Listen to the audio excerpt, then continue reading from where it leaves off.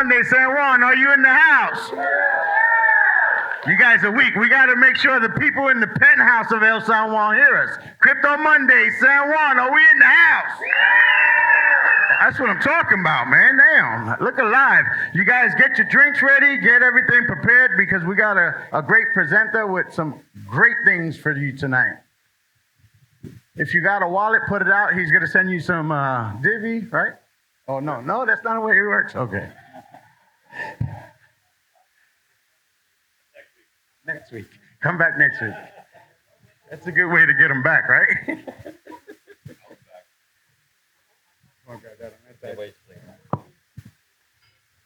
I said we were getting started in 2 minutes. Everybody just shut up real quick. I'm not used to that.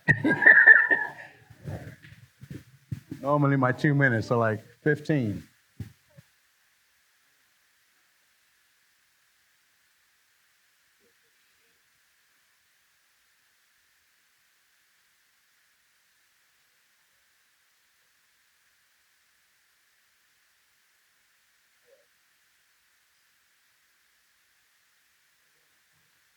Okay. All right, guys. We got a special guest. You got a chair behind you if you want. If you want to stay a while, hang out. Who knows anything about what we're doing here tonight with Lightning? Anybody? LightningWorks? All right. So you got a couple of people who know what you do. So we're going to have to... Guys, we got Jeff tonight. Everybody thank Jeff for coming out, giving his time. If you want to give these out now, or do you want to wait? Whenever people want it. If people want it. All right. If you want some information on LightningWorks comic, please come up here. Thank you. That was killing me. Oh, that light, right? Come up here and just grab them. They're right up here if you want to check them out. It's a cool comic book that I just found out that you could play all that good stuff that we're going to talk about today. Jeff, grab the mic, brother. Please, I'm sure we're going to get into this. And Hello. Awesome. You ready? Sure. Awesome. Jeff, how long you been on the island? 3 or 4 days. But how long have you been coming to Puerto Rico? A little over 2 years. Awesome. And where do you spend most of the time, Jeff? Here? Between here, Costa Rica, and Dubai, New York, Awesome. I'm all over the place All all over the time. the place. Yeah. Yeah, we were talking about that before, the life of the crypto guy, right? Crypto nomad, Crypto yeah. nomad. I'm actually building, I don't know, some of you know this, I'm building a crypto nomad space right now in Costa Rica.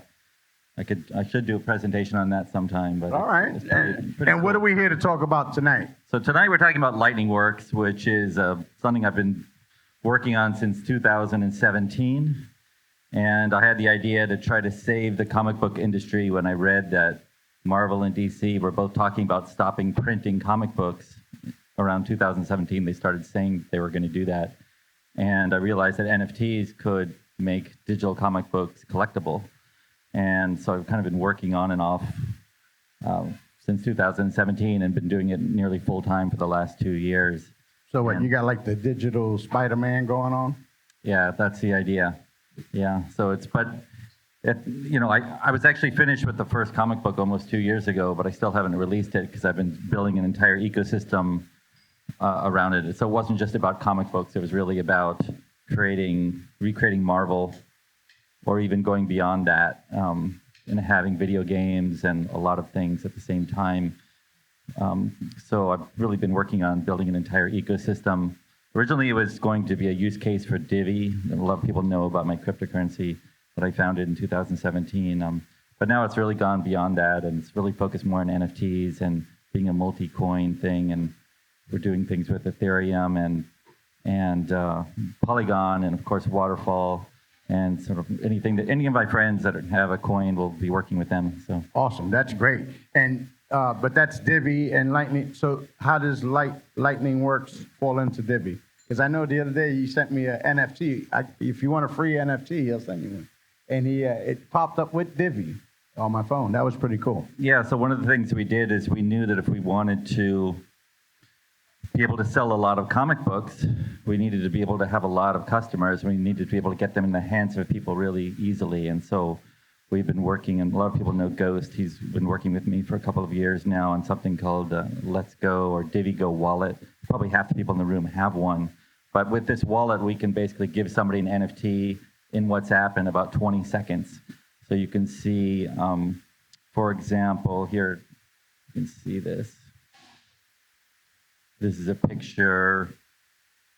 I had given NFT at New York Comic Con a few days ago to these guys. She's the artist that drew this. And this guy was one of the few people in the entire show that knew anything about NFTs and was really excited to meet me because nobody in the comic book space is doing NFTs yet. Really? Almost nothing. Yeah, there was not a single NFT booth except for Marvel had one with a company called Veve, which a lot of any NFT person knows about that. But they haven't really done it very well, so it hasn't really taken off. And there's a lot of skepticism about NFTs in sort of the art and comic book space. So what we did is we walked around and talked to people about NFTs, and people generally thought that they were going to be very difficult and something really complicated. And we said, well, I'll give you one right now. And 20 seconds later, it would pop up in their wallet, and they'd have their first NFT. That's pretty cool. So you're educating the world. Yeah, and just we have a whole bunch of innovative technologies that all stack together, create something really spectacular. So when you put them all together and show people what we have, people are really amazed. Is it just a comic book, or is it more than that? Well, it's a lot more than that. What it really comes down to is storytelling. Our brains are made up of stories, right? That's how we became intelligent, is we needed to be able to communicate to each other where we saw a bear, where the good food was, and this kind of thing. And our brains are made up of millions of these stories. And so stories are very powerful. And that's what, if you know anything about business, you know how important a brand is. And that brand is really just a story that people tell themselves. And you try to tell stories that people remember about your brand so they have a good feeling about it. So if you understand storytelling from a sort of a deep philosophical level, it really helps you with business. And so when we talk about comic books, what we're really talking about is stories. In order to tell good stories, you have to have iconic characters, and you have to have iconic situations. You know, if anybody likes Game of Thrones, you know, there's probably a few moments in Game of Thrones you remember above all the other things that happen. Those are iconic situations, iconic experiences that happen within a story. So when you're writing stories, you're trying to come up with these kind of things. And it's usually a mix of characters that you feel something about, as well as the visuals and the music. All of it adds up together. And so I wanted to be able to do that with comic books. And I realized that just replacing paper comics in the digital space by doing a bunch of JPEGs wasn't going to be good enough. And what I wanted to do is really upgrade that experience. And so there's a bunch of other comic book companies that are trying to do NFTs, but none of them are doing what we're doing. Our comic books are actually, each page of the comic book is an HTML5 page. So that means that we can animate them. And we have a team of people that have built, for example, digital effects, like special effects like in a movie, but they're HTML5, like literally fire that's made with code. There's no video of a fire that's being layered on top of it. It's actually creating the fire with code, which makes it extremely light. And so we can basically make these comic books, and they're much lighter than you would think, considering how much is going on in them. And so we spent 2 years sort of building all these technologies and layering them all together, and we're getting very close to our first release, which is going to be November 7th. So how long has LightningWorks been creating this? Well, I've been spending a lot of money for the last 2 years. I spent about $1.4 million just on this, and that doesn't include the wallet part, which is a lot of money too. But and I'm completely self-funded. It's all come out of my pocket. So we are looking for investors. If anybody's interested, come in. I'll show you. But we're not. I'm not really. I've decided to go rather than looking for VCs. I've been really spending the time just trying to do it ourselves and doing it in-house by producing really good content and growing it that way. So I'm going to show you some of the things we're doing here. Yeah, please. This is an example of one of the comic book covers. Some of you may have seen this at the Lighthouse. We did a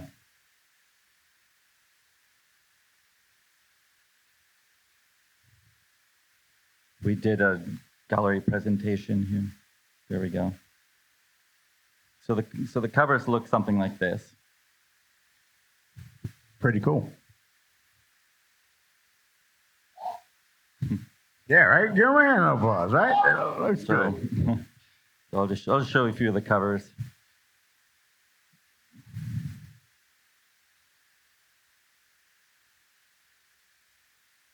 So we just basically, the idea is not to do anime, but to just bring things to life. So the characters breathe a little bit, the hair moves, they blink.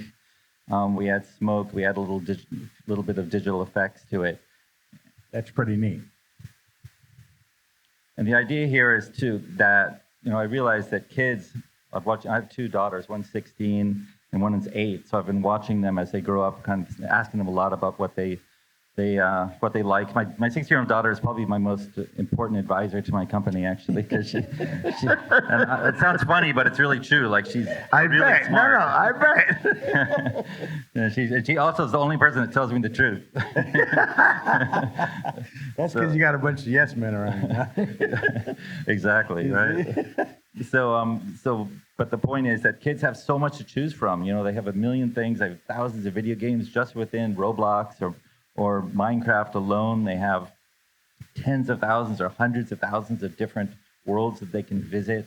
Those things, the really popular games, you can usually build something in, like both Roblox and Minecraft.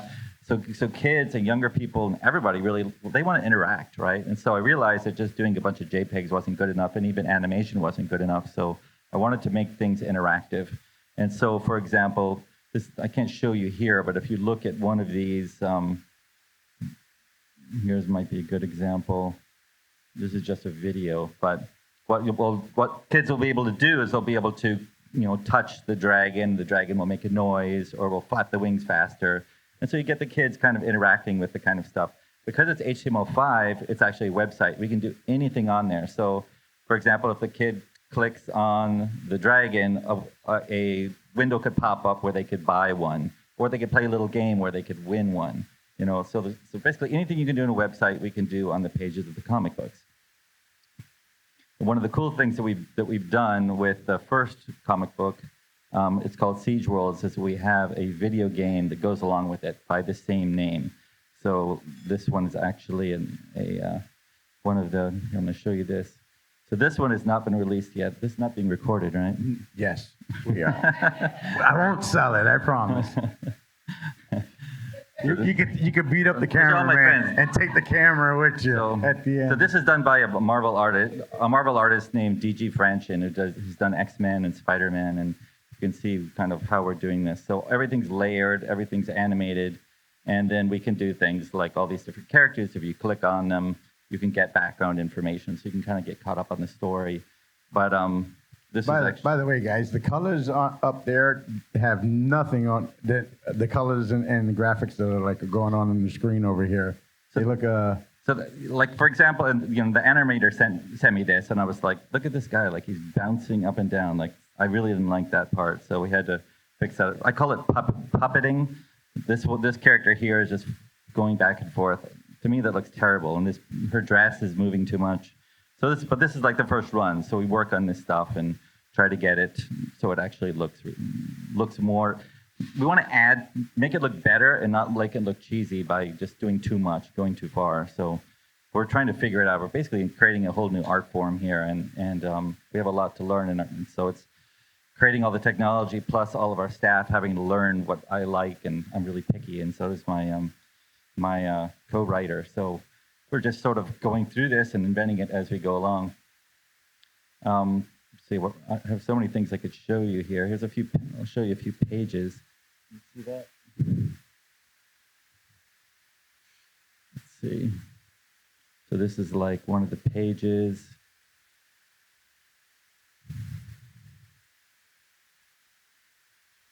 So this is a page from Moon 1. So one of the comic books, it's a story of in 40 years from now where the Earth is destroyed by a comet, and there's a lottery, and 2,000 people get to go to the moon and try to survive. So what we're doing with this is I'm working with the head of content for the National Space Society, and we're basically going to do contests where we have top scientists around the world that are interested in promoting moon, like the idea of a moon village. And we're going to have contests that actually solve real problems that settlers would face. So layered on top of that, we have a whole bunch of drama and a whole bunch of crazy characters because it's a lottery. Anybody can go. And so we have this opportunity to sort of think about what would be like in the future. And I'm a physicist by training, and I can't stand sci-fi stuff that like is too ridiculous and doesn't make any sense. So all this is going to be like super science-based. There's going to be no aliens or ultra-intelligent AIs and that kind of stuff. It's going to be try to really develop interesting science and tell a story behind it. So here's some other pages.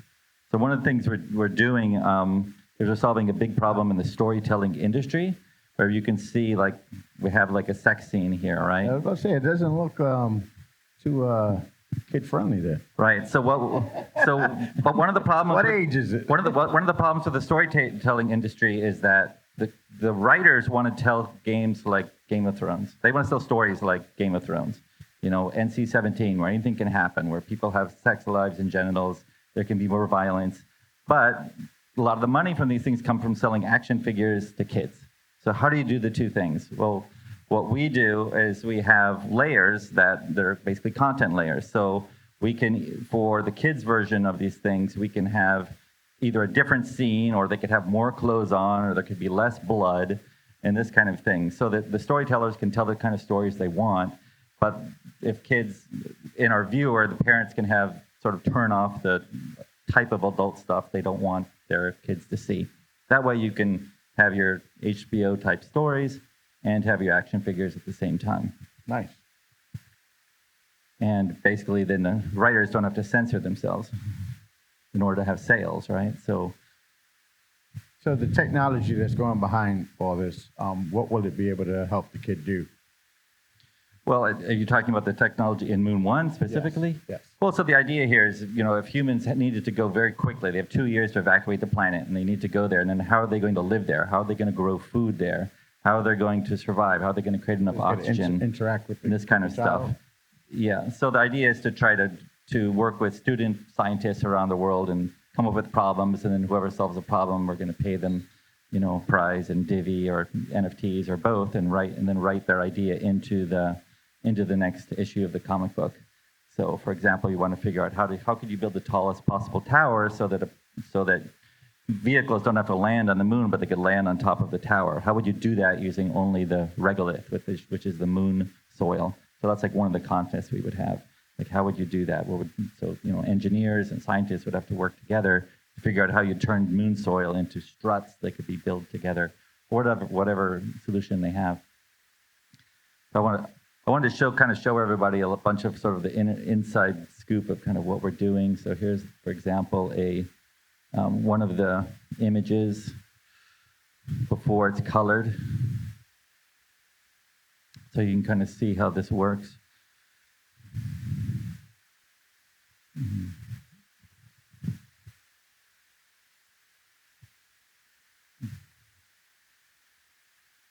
You can kind of see the level of detail we have. The detail is incredible. We're basically doing the same as DC Comics does. So they can be basically printed poster size if we wanted, or they just look really amazing when we zoom in. When you do a lot of extra detail, then we can add, one of the animations we can do is like panning across it, or we can like do a slow zoom in and then zoom out. It just makes it more interesting and more interactive for people to watch. What we don't want to do is try to sort of make it cheesy by doing too much. So we want it to still feel like a comic book, and that's why the shape we're doing is exactly like a comic book shape. And there's a lot of other things we're doing to make it feel like the viewer, when you turn the pages, you'll hear the comic book turning, and this kind of thing. So why is it you think the comic book industry hasn't gone into the NFT world yet? Is it because they think it's all JPEGs, or they don't know the technology behind it, how powerful it is? What do you think it is? Okay, so my CEO, a lot of you have met him. He's been here. He's actually spoke at Crypto Mondays, is Jordan Fixenbaum, and he was the head of marketing for Cirque du Soleil for 7 years, and he knows that David Zaslav, who's the head of the company that owns DC Comics, and so he's talked to him about it, and like this guy David has been ordered to cut $3 billion in costs over the next year. So this is the kind of money they're dealing with these kind of things, and they don't make a lot of money with comic books, right? They make all the money out of the movies and the merchandise and stuff like this. And so there's this constant battle all the time between the comic book people and the money people and these The giant money people always corporations. win, right? Yeah, and the former head of DC Comics explained to me something that I don't even know if it's really understood in the industry, which is that the IP, like Superman and Batman and all this stuff, is not even owned by DC Comics. It's owned by the mother company, and they license it back only to make comic books. And that's all they can do, right? And so the other companies, their idea is just to try to make as much money off of this IP as they possibly can. But the comic book people are trying to create these great stories, and they're trying to be authentic and true to the history of these characters. And there's this constant battle. If you go online and read and watch this stuff on YouTube, it's like a huge angry battle right now between the comic book fans and the people that are making the comic books. It's really actually entertaining. I didn't think the to comic watch. book industry was still so popular. Well, so what's happened is that Marvel and DC have been going down, and their fans are really mad. And what's been coming in is manga. So manga grew 120% in the United States last year. And what manga has done is they tell stories in a different way. Each manga story is generally owned by a single creator, not a big corporation. And they follow this story for years and years and years, making sure that everything that happens makes sense with everything before. They don't, sell their character to a big company who hires writers that decide to tell political stories or something like this with it that alienates half the fans, right? So there's all these advantages that manga has. One of them, it's usually black and white, and so they, instead of having it every month, they do it every week or every 2 weeks, which means that your time between reading is less, and so you can feel more, the readers feel more emotional connection to the characters because you haven't kind of forgotten what happened 30 days ago, and it happens more quickly. And so one of the things we're looking at with our comics is, really rethinking everything and perhaps releasing, like if we do 30-page comic book, we could do 1 page a day. So every day somebody could read a page, And you can do, one of the things we're considering doing is doing like 4-page NFTs. So an NFT is 4 pages, and it tells the whole story. If you get all the NFTs in a series, then you can forge those into a single comic book that gives you some extra content or something like that. So we're doing a lot of really interesting things with NFTs that nobody has done before. And one of them I mentioned is forging. So the idea with forging is that you can, our comic books come in multiple tiers. So for example, when you buy one of the NFTs for a comic book, it can be anything from a common to a legendary. But if you have 3 commons, you can forge them together, and it basically re-rolls the dice, and you can move up the scale in rarity. So what that does is it creates a reduction in the total number that have been minted. So if we start with 7,000 or 10,000, then over time, because of forging, they're going to be going down as people are trying to get the more rare ones. Those rare tiers, right, in addition to being more rare, they also can have new utility. Awesome. And when you get one of these rare ones, how would they hold it? Just like a regular NFT? Yeah, so the ones we're doing right now are on Ethereum and on Polygon. What we're planning on doing is sort of a high-end Cadillac version, which is on Ethereum. They're going to be more expensive, and they have the full resolution. They're going to be the adult versions with no censorship in them, and they're going to have the animations. They're going to have the interactivity. Then we're doing $1 comics that are going to be on Polygon, on Waterfall, or on other chains where we find people and want to see them, and they're going to be $1. And we're going to do like the comic book store companies do, is we're going to mint as many as people want. So if we think that there's 80,000 people that want one of these comic books, we'll mint them all for say 2 or 3 months. Normally, comic book stores have like a 3-month window to sell their comic books, so we're looking at maybe 3 months or 2 months. But what's cool about it is that the forging basically reduces supply. It just continually reduces supply. And because we're making a way for people to collect them so easily in social media, we have it working now in both Discord and in WhatsApp, but we'll also be working in Signal and Telegram. So basically almost any social media app, you'll be able to collect your comic books. You can sell them. You can And it's just so easy. Like if a kid is, in junior high or whatever, and they want to give their friend a comic book, they just type in send comic book or sell comic book. They put in the code of the one they have, and then it just pops up a QR code. The other person scans it, writes in WhatsApp, and all the blockchain Pretty stuff cool. happens in the background in just seconds. It's really quite remarkable, and it makes it really easy to collect them. And what we're competing with, though, is manga's coming in, and the kids know. Like my daughter is 16, tells me all the kids are reading. First of all, there's two really interesting things she says. Well, there's several, but one of them is that all the kids are reading manga. They're not they love Spider-Man and stuff, but for the most part, they're more interested in manga and anime. Anime's been blowing up lately. Yeah, they just love this. They love the stories. They love these extensive stories. Like one of the things people have pointed out that if you try to figure out like which Spider-Man is the real Spider-Man, and it's like there's like 100 of them. There's a lot of them. And it's not just the ones that exist right now. There's they keep recreating their There's a lot universes, of right? them. If you go to any manga story, you know where to start and you know where the ending is and everything in between. You can see it all, and so people love that. And Anime is big. I mean, I got a 26-year-old daughter who's still a big fan of anime. She's 26. yeah, I mean, I love all that too. It's really good storytelling, and so basically we know that manga is kind of taking over. So we want our stories to be more like that, sort of thought out long term, which is why we've been taking years to kind of put this together. And we keep changing things. Like we just keep making the characters better and better. I've learned more and more about how to make characters iconic, how to make sort of scenes that are really memorable, and especially how to make people care about characters. I've downloaded a whole bunch of NFT comic books just to see what's out there, and they're just terrible. I mean, you don't know who's who. You don't know which one's bad, which one's good. You feel nothing for these characters if you don't know anything about their background. It doesn't matter if you're seeing them getting stabbed or whatever, and you don't know who they are. It's like, why you don't feel sorry? It could be the bad guy, so how do you know? And just having a bunch of action doesn't help, right? So you have to go, and there's this whole thing called the hero's journey. Then there's many ways to do it, but you generally start out trying to get people to care about this character. And one of the ways to do it is to tell their story of young. Think of when they were young. What happened to them when they were young. That basically turned them into a type of person that wanted to be a hero and wanted to help and save other people. And there's many different versions of that, but and part of the fun of it is trying to trick people, right? So that people think something's going to happen and then something else does. So that's kind of where we're going with this, is trying to really think through these worlds and having the characters interact with each other. And you could actually become one of the characters in the game, correct? yeah, so we have a game. Okay, that was the next part, right?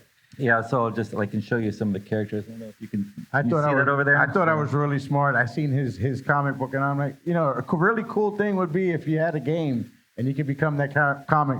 He was like, I got it. Check it out. I was like, oh, damn. Thought I helped him out. Yeah, so one of the comics is called Siege Worlds, and the idea was we took 7 or 8 famous characters from history. World history that are kind of in different target demographics. There's one from China, one from Japan, one from India that we're working on now, which is right here. And we just sort of do extensive research on the history of the cultures of what were people like 250 years ago. Like this guy was alive 250 years ago in the story. It's a big guy. This one is Koraka. He's a Maori. He's based on a famous legendary Maori chief that supposedly died about 50 years before the British ever got to New Zealand. This one here is Shi Yang. So she's the world's most successful pirate. There's a Chinese pirate named Qing Shi, who is actually, if you remember Pirates of the Caribbean, there was an old Chinese woman pirate in the second or third movie. That's actually her. And she started life as a prostitute and she married a pirate captain. This is a real person, right? And eventually she ended up with 70,000 sailors behind her, and she defeated the Imperial Navy. And she's the only Chinese Chinese fleet that ever defeated the Portuguese in all of history. She was finally captured by the Portuguese, and she was so valuable, they made her like part of the Chinese royal family. They turned it over to the Chinese royal family, and they made her an admiral. So she had a crazy life, no? yeah. So we created a character. We kind of cherry pick the best parts of these characters from around history. So everybody in China knows this character, right? But we didn't want to make the exact character because we wanted to have some surprises about where they came from and what happened to them. And so it's very fun doing this because we can tell the sort of the birth and the growth of these characters, and then we tell the death story of how they died. Because in our story, all these characters have all died. The last thing they remember is dying, and they wake up on a beach together, and they don't know where they are. They don't know each other, so they have to basically solve this mystery. And so in the comic book, we tell the story of what happens to them, and they basically have to battle all these monsters and stuff. And so we made a video game that replicates what's going on in the comic book. So the idea is that as the comic book advances in the story, we advance the video game as well. So you can basically get the comic book, find the story, and find clues in there that help you in the video game. And because our comic books are HTML5, we have things like Easter eggs where if you find it, you can click it and it will drop a weapon or a key or something into your wallet, which you can then use in the video game. Really cool stuff. Pretty cool. Yeah, really cool stuff that nobody's done yet. And can we see the video game? Yeah, so I'll show you the video game. So here. So we have a first-person shooter video game. Most play-to-earn games are not this kind of quality, right? That was my next question. Is it play-to-earn? Yeah, so you can see Divi in the game, those little Ds. So, of course. So one of the cool things about the way we're doing things is we're setting everything up to do collaborations. And one of the things I love about Web3 is you can just collaborate with people, whether they ask for it or not. You know, we could just, for example, go and add somebody else's cryptocurrency, and we don't have to get their permission. We just do it. And then chances are they're going to start tweeting it because they think it's cool. And then we get their communities in. So it's like free, easy advertising. We can throw $200, $300 worth of somebody's cryptocurrency into our game, make a special character that wears a T-shirt with their thing, and we get a lot of attention from their users. So we're building everything with collabs in mind, and there's a lot of different ways that we're doing that. So this is what the game looks like, and this all matches very well to the game, or to the actual story. Yeah. My partner, LightningWorks owns 45% of a video game company called Games Interactive, and my partner is a virtual reality gaming professor who specializes in teaching game developers how to make games fun. And so people have noticed, that have played our game, this game's actually fun, that's really unusual in the play-to-earn gaming space. People just don't know how to make games, so they're just doing it because they think they can do a cash grab. Are they allowed to build any characters in the video game, or is only the characters that are in the video game? Yeah, eventually what we'll do is, like I was mentioning before, people like to be able to do stuff besides play your game. They like to make their own version. So what we're doing is we're building in such a way that people can create their own waves. So the way the game will work with the play-to-earn part is you can just grind through, and you can earn weapons and stuff to sell to other people. You can earn cryptocurrencies. The other option is that you can play very, very difficult waves and earn money by beating that wave. So the idea is you can get a group of people together. It could be 4 of your best friends. You can basically train. You have to pay $1 to play. If you win, then you win the pot. If you don't, then a lot of the money goes in, and the pot gets bigger and bigger and bigger, attracting better and better players until somebody beats it. So that's one of the things we're doing with it. And the idea is that we want to give people the power to create their own waves. So you can basically say, if you have 15 minutes, what kind of monsters, how powerful they are, what color are they. And over time, we'll give people more and more power to basically create waves. So we'll have sort of a wave, kind of imagine it like YouTube videos where there's a whole bunch of them, and it's gamified where you can see which ones are their favorites, which ones you could earn the most in, which ones are, have just the most difficulty level. Because there's an incredible, difference between good players and bad players. Like the people that some of the really good people that have played this game. I think the game's impossible, and I've had people tell me it's way too easy. So it's just, Your daughter told you it was way too easy, right? Your 8-year-old. she doesn't see. Yeah, my daughters, they prefer to build stuff actually than to shoot stuff. You know. Okay. They only shoot stuff. And that's why I trying to asked you destroy their if you stuff could they're build your building. own characters. 'Cause I know there's a lot of kids out there like that. My nephew's like that. He loves to build his own characters in games and stuff like that. And I know they play it to earn. Right. So it's like that. So I think it's cool that you could follow the comic to the video game and continue. So here's another thing I'll show you. This is just another cover of one of the stories. Is called Throng, and it's about a giant, 1,000-foot tall robot that attacks New York City. And so basically, the idea is that 7 billion people in the world are all trying to stop this robot that's trying to build something because they feel that it's probably going to bring something really bad and or destroy the planet. And so it's a story about how would all of humanity at once try to pull together to destroy this incredible threat, right? And so what I did is I wanted to give people the really kind of the feeling in virtual reality of what it's like to stand at the foot of a 1,000-foot tall robot. And so we started building an actual experience in VR. So you can kind of get the idea of what it's like, that kind of scale, because it's about 3 times as tall as Godzilla. And so it's this was actually, they sent this to me yesterday. But you can see you can see how big the feet are. So it's just gigantic, right? And everything that you've shown us tonight, all of that is active and live, right? Yeah, we have all these different teams doing different things at once. So we have a professional video game team that's playing, like they're one of the best teams in the world of girls playing Call of Duty Mobile.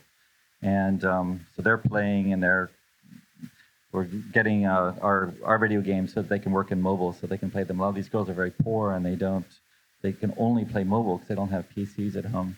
And we also have a team of cosplayers, so you can kind of see, like, this is kind of a cool video.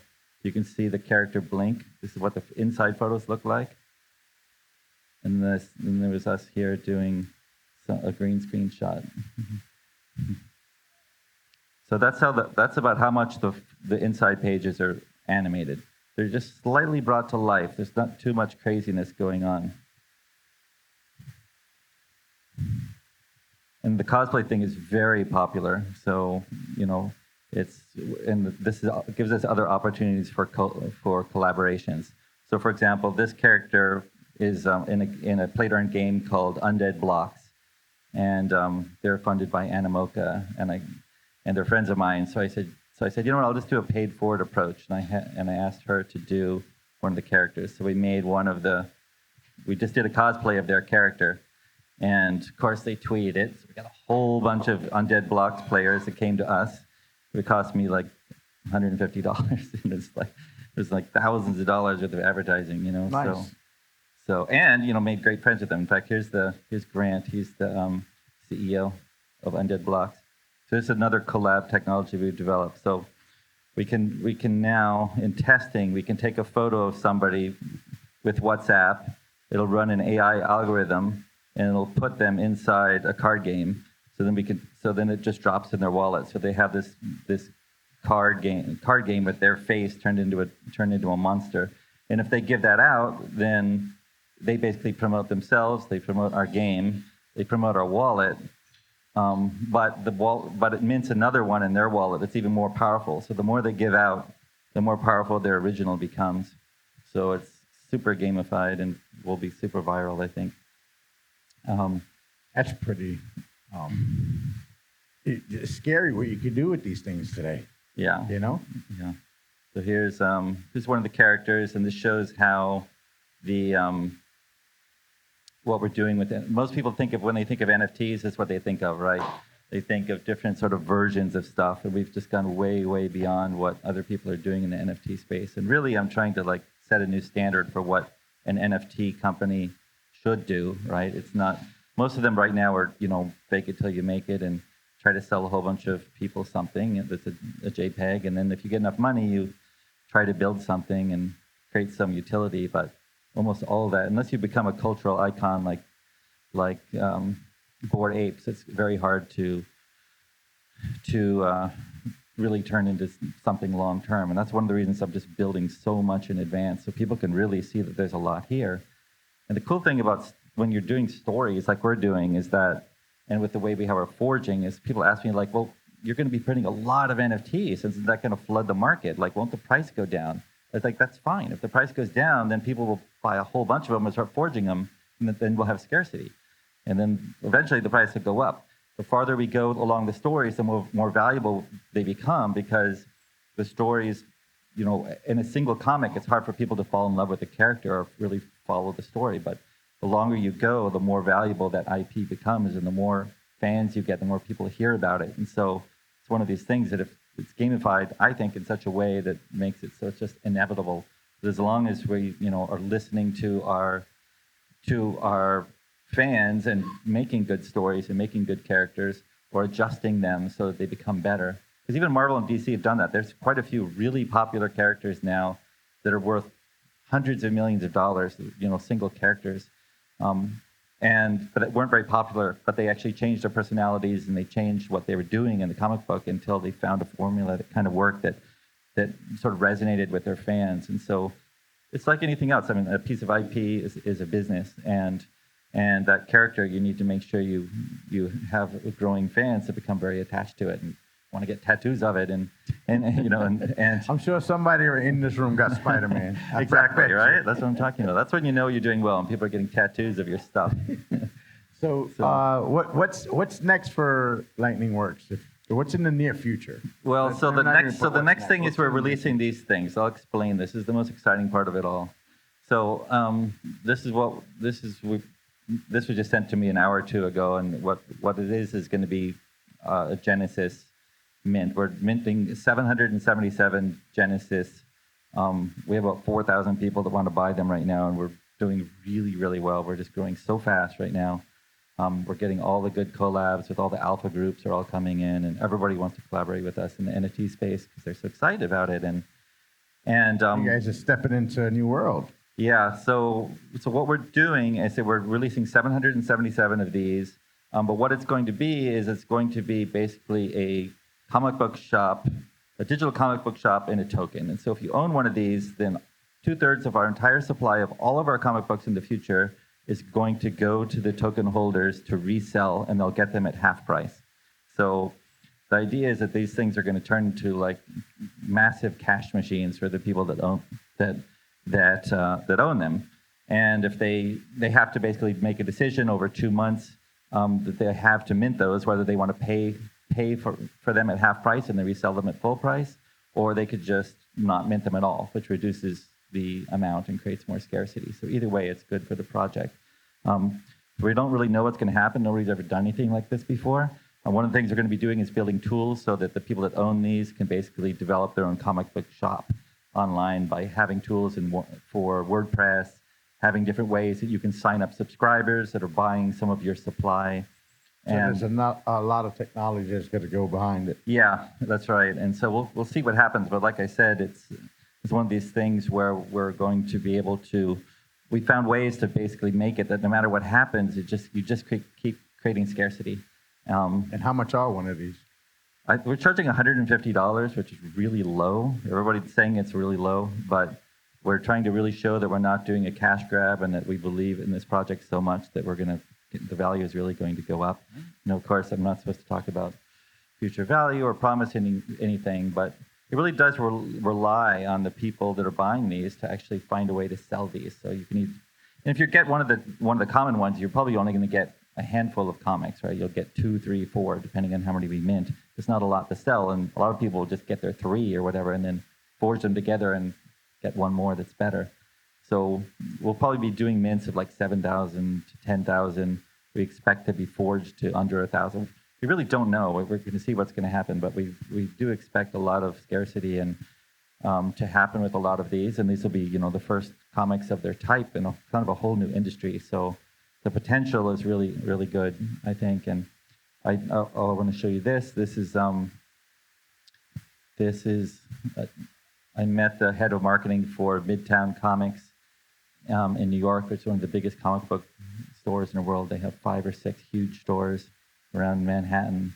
And I just absolutely love what we were doing. And so I made this for him to kind of show how our displays will go into the comic stores. I'm going to actually give him some of these, so he can basically sell it. And what's cool about it is the people can just walk up. This is a touch screen. They can just touch it. They can buy the comics right there through a QR code, and they just drop right into their wallet, right into their WhatsApp or whatever social media have on their phone. And then there's a way to rebroadcast it on a monitor at your home, so people can see them. And there's other use cases, for within the video game and other things that we're doing. And one of the fun things about NFTs is you don't tell everybody everything up front. You let people speculate, you give people hints, and then you drop the use cases over time. And for a lot of people in the NFT space, that's hard because they don't have a lot of history. But I've been in crypto for years, and people know me, so people know that if I say I'm going to do this, that I will. I can point to all kinds of examples of things I've done in the past. So it gives an advantage when you have the kind of history like that.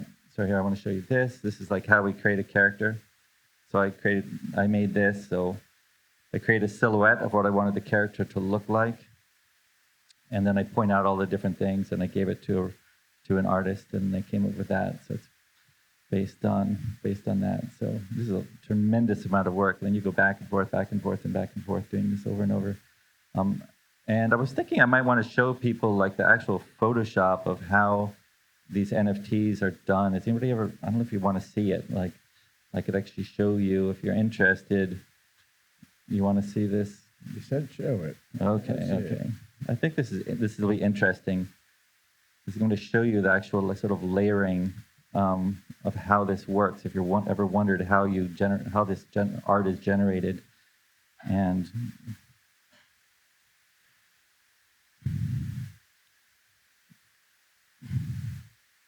so basically, this is created by 2 different. A Marvel artist and a DC artist worked on it together. One of them did the face, and one of them did other parts.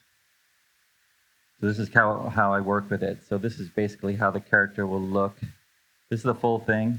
It's a comic book shape. But when it comes as a PFP in Twitter, this is where it will be. So you want to make sure that your character sort of fits in that so that people will use it. Then you can basically see the different layers of different possibilities. Everything has to be made. Thank you. So you can change the different clothing like this, and you try to make sure things sort of add up right, so that things don't layer in the wrong way. Easy there, Killer.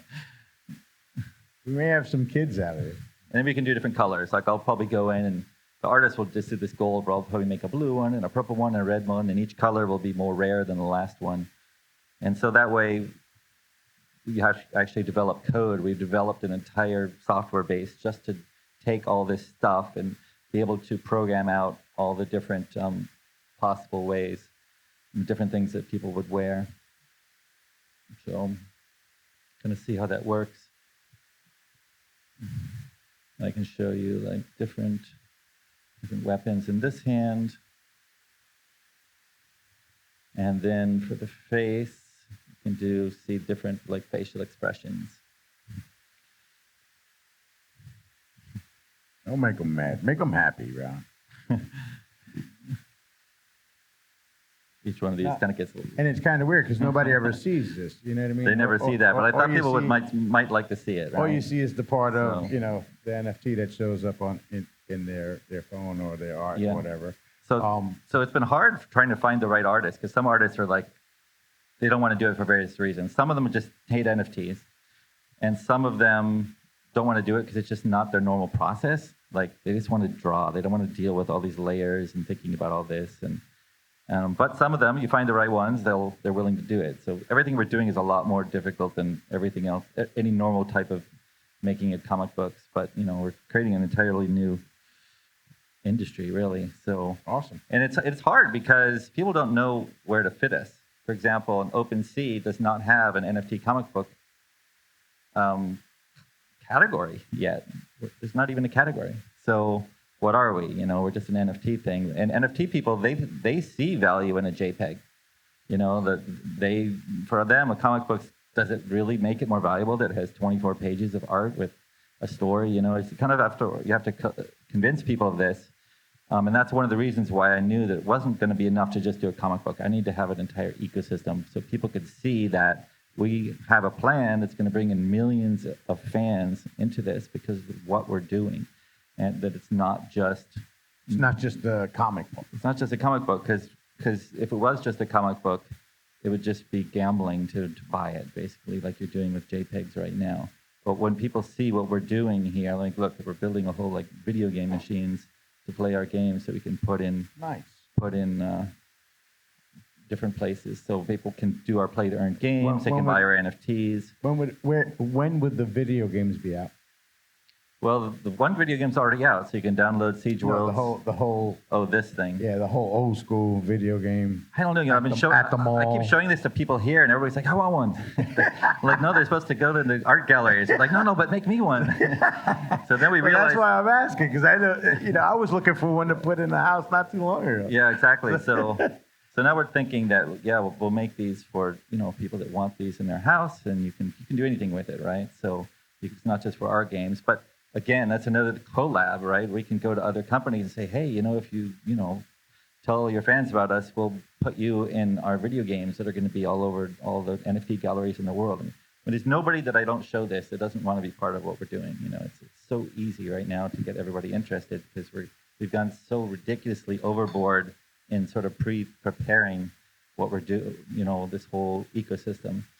And here's some of our cosplay girls.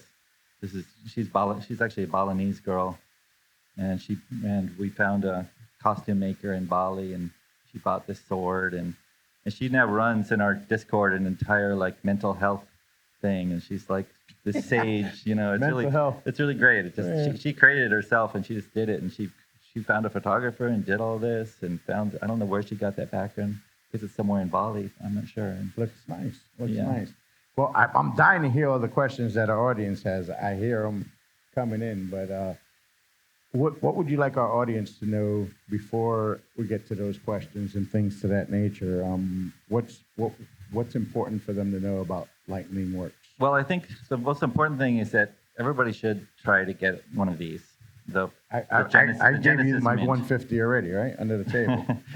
Yeah, I mean, we have a white. If people know how it works, you basically sell whitelist spaces. People have to jump through all kinds of hoops to get them, and you give them out to the people that have Bored Apes and this kind of stuff, and those are all long gone. There's 4,000 people for about 500 of them that will be there, but a lot of people will be coming in to buy them after the fact, and the way it usually goes is the price spikes way up, and then a whole bunch of people will sell at the top and drop down. What I want to do is get out all the speculators, just get them out, and then have all my friends and everybody that actually cares about stories and comics in and holding long term and helping us build the ecosystem and helping us with the comics. And what we're doing is not just our own comics. We have other partners that are doing comics on our platform. If anybody here wants to start, do their own comic, you can do it with our platform and use all of our technology, and we'll educate you on how to do it. We're actually building, for the last 2 years, we've been building something we call the Creator app, which is a Photoshop type app that lets you basically add all of your art from Photoshop or Illustrator, and then stack it and add animation, add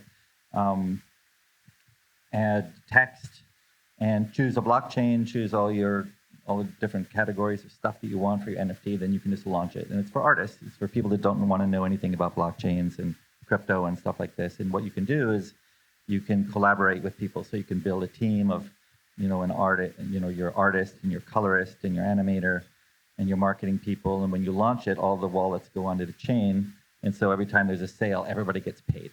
And Nice. I think it's really web. What we're doing, a lot of stuff is really the future, in my opinion, of Web3 entertainment.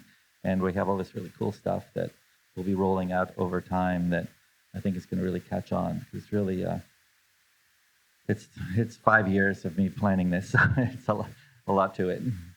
Awesome. Well, guys, George, we got a mic out there. Can somebody help us out with the mic? Is Gretchen sitting around there? Anybody? He's got it. I can't see, guy. So you got that Genesis set, Oh, and George, hi. is the white list already filled, or how are you guys going to distribute it out? Are you going to do lottery? You're doing it? You know, it's for my friends here. Just talk to me. I'm to talking me. to you. We'll talk to me. No. Okay. And we'll work something out. And then your team for design, are they everywhere, or are there some in like Puerto Rico? Yeah, actually, it's funny. I had this here thinking that all our team would be here. We have two marketing teams, Berto, which a lot of people know, and Tom Burkhart, and maybe you know his brother Pete. I actually met him at Crypto Mondays. They're both not here right now, but Ghost is the only one on the team that's They're doing here. they're doing design here then? They're doing some Yeah. design here? Yeah, they're just not here at the moment. So Can they're you like the family. Can you or take my whatever. son's intern? I'll cook for you guys. He needs a job, man. He He needs cooks a job. good. You're gonna be happy with the cooking, bro. It's like half the team are just working for free. We have volunteers. People just love what we're doing. People are just so into it. I feel very lucky because this is like the type of company that everybody always wanted to work for. You know, a boss who's really nice and knows what he's doing and The boss is nice, huh? overpays, and it's fun. Like you get to play with comic books all the time and art and crypto. It's all this fun stuff, right? So it's no shortage of people that want to work for us. It's so much better than like working for a bank or something, and it has huge potential. So it's really exciting for people. That answer your question? Any more questions? Oh, we do have 3 Puerto Rican artists, by the way. So You heard it. 3 what? 3 Puerto Rican artists That's right. are part of the team. Next question. Question over here in the front.